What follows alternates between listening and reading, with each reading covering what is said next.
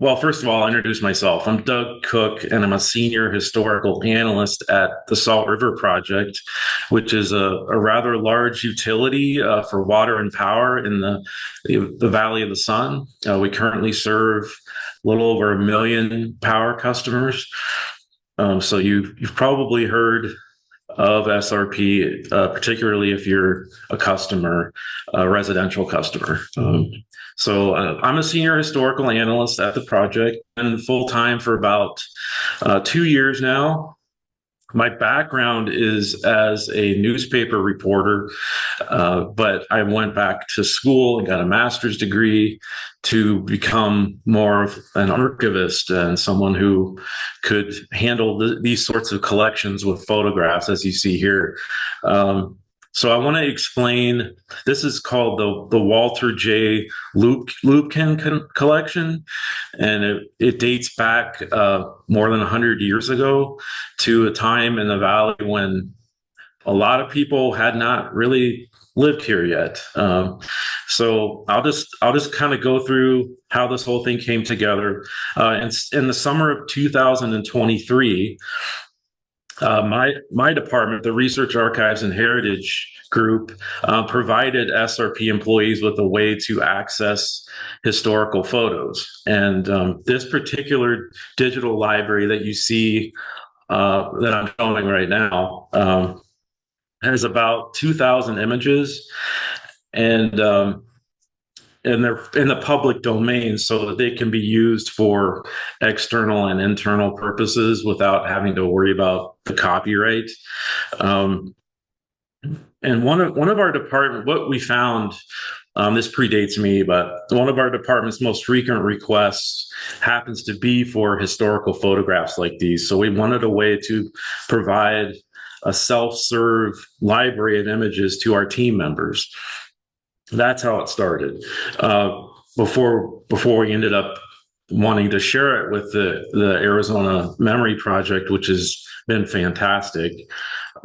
So what I wanted to tell you is that the photos in this hub are considered part of the public domain, as I said, and can be used without copyright restriction. Lubkin was an official photographer for the U.S. Reclamation Service, and this was back in the early 1900s. So he was tasked with shooting photographs in the valley around that time period to kind of reflect the different infrastructure projects for power and water that were going on. So what I was going to show you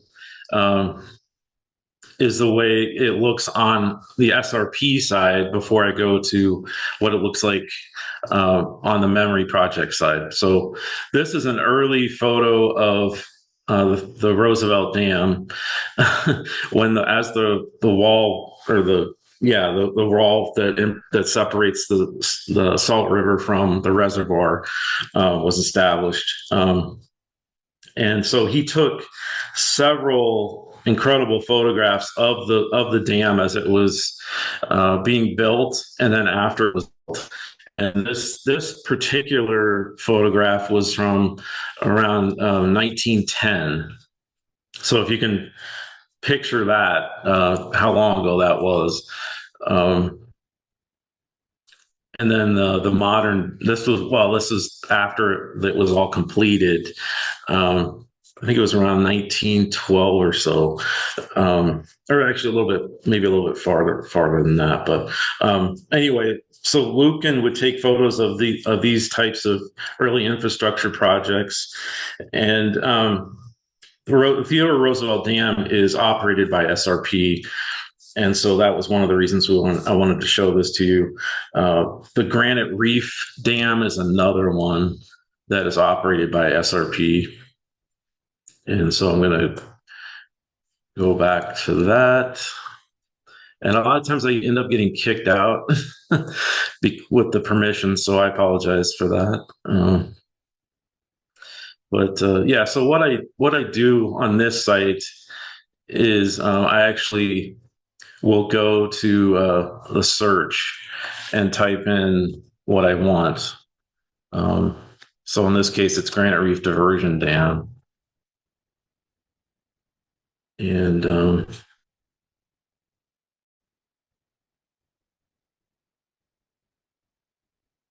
so it may take a while to pop up, but these are the images that you could tell from the early days of the settlers, were quite fascinating, because they were having these encampments along the Salt River before the cities really cropped up. And this is a good panoramic shot of, you could see Red Mountain in the background.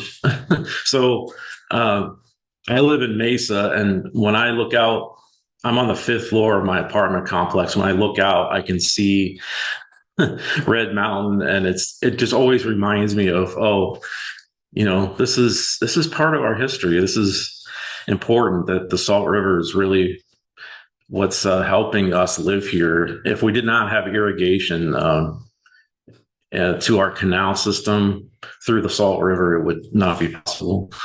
I'm going to go to the Arizona memory site, because that's the one that most people would, well, everyone pretty much would want to use. Ryan did a good job of kind of showing you how to get to the Arizona Memory Project site. What I did was I used the search function over on the left-hand side and typed in Walter J. Lucan, and it actually brought me to this page. So you'll notice up here, to search the collection, I can type in any number of things. In this case, I'm going to put Arizona Canal. Let's try that.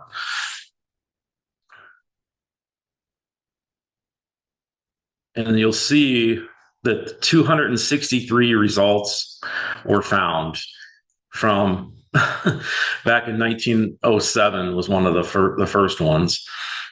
And so you can search and look for these different photographs, and there's they usually have metadata attached to them so that you can see what you're looking at. A lot of times, I don't know if you can see this, but down the right-hand side of the page, where it says creator and then description and then the date, that kind of helps you figure out what you're looking at and perusing. But anyway, so I just wanted to mention as well that about Lucan himself, he spent a lot of time traveling around the valley and documenting the state and the scenes of the desert landscapes and agriculture and other aspects of life at the time. And let's see. Oh, wait, I want to go back. Sorry. I was going to show you guys some Phoenix, I think it's old Phoenix shots is what I was trying to go to. But let's go back to the collection and type in Phoenix, see what that does. Okay. So in this case, you are looking at a rather old image from back in the early 1900s of Phoenix. You can peruse through these. You can look at them. It's real easy to do.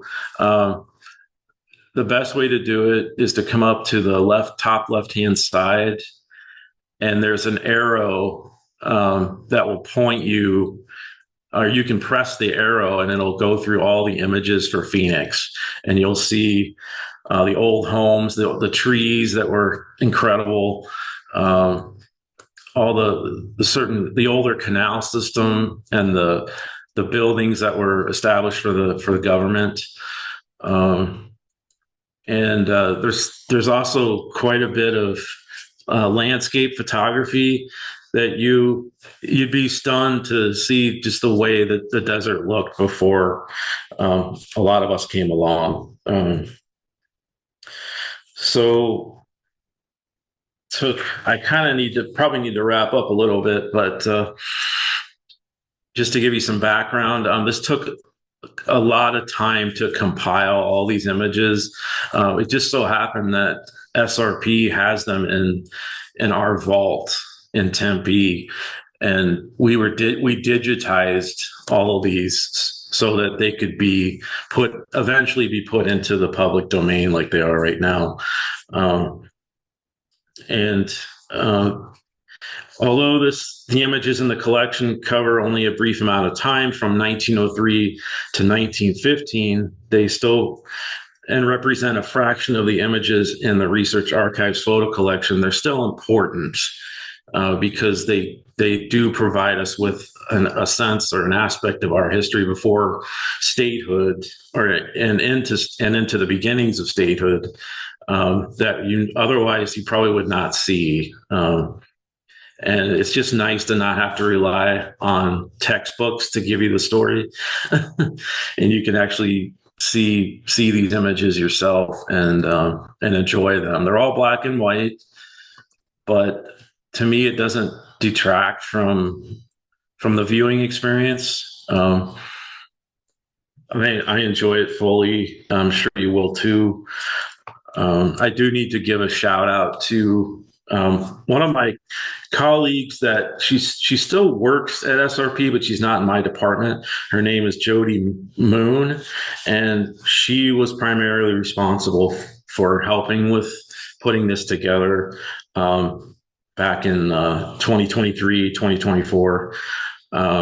So I think what I'll do with the couple minutes I have left is I'll just scroll through some of these Phoenix shots. You can see that this is the State House in downtown Phoenix in the early days. And then this is a lateral, which is a part of a canal on an old ranch in Phoenix. You see the trees and the grass, and pretty remarkable to see that in a desert area. But that without that water, it would not clearly not be there. The irrigation water from the canals that SRP operates. You see some farming with a rather old tractor. I like this photo because you can see the desert cacti, the saguaros, and basically the butte there. And then downtown Phoenix was a lot different back then with the trolley systems that went on. Today we have the light rail, so it's kind of like coming full circle a little bit. Uh, I found that pretty interesting. And so you've got some great shots here of the old legislature in Arizona and downtown Phoenix. And then some, like I was saying before, the farming and the ranching was a big deal back in the early 1900s. I'm sure you've heard of the five C's with cotton and copper, citrus, climate. So you can see. I mean, I'll let you peruse this as you see fit or what you would like to see. But I think it's pretty incredible, and I just wanted to make sure that I took some time today to show all of you uh, uh, what's available. And so I am grateful for your time.